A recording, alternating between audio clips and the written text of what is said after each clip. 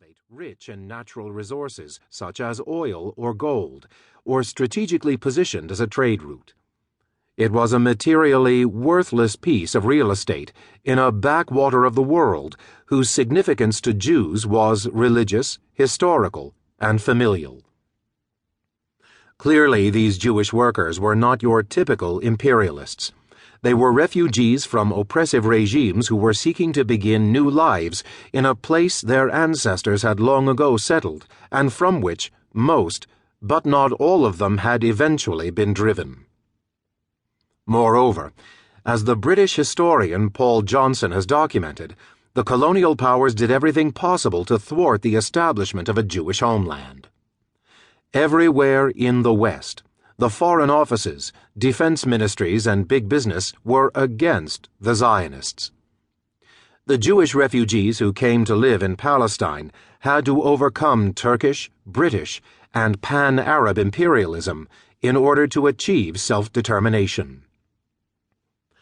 To prove beyond any reasonable doubt that Israel is not, and has never been, an imperialist or colonialist state, it is necessary to briefly recount the early history of the Jewish refugees from Europe who joined the mostly Sephardic Jews who had lived in Palestine for generations.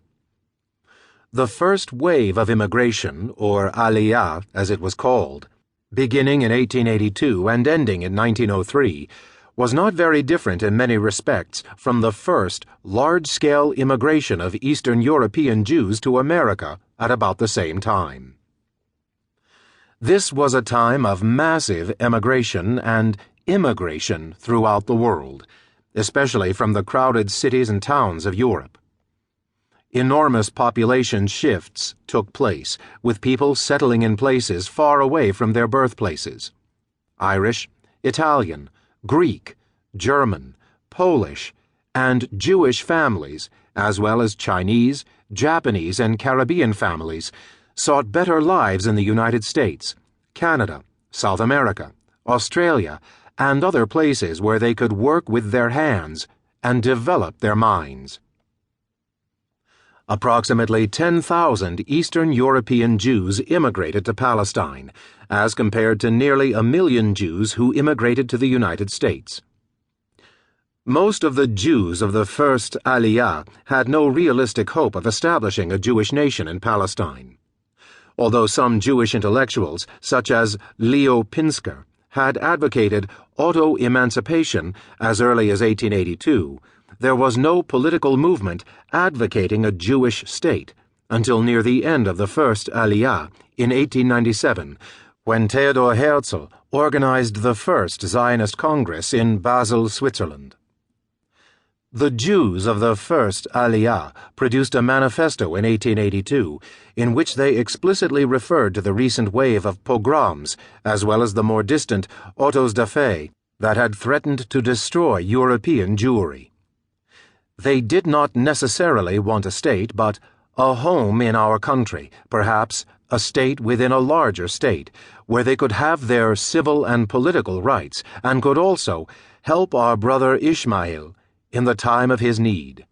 Like the Jews who sought refuge in America, most of the Jews who first returned to Zion were simply looking for a place to live in peace, without discrimination, and without physical threats to their survival. They certainly had that right.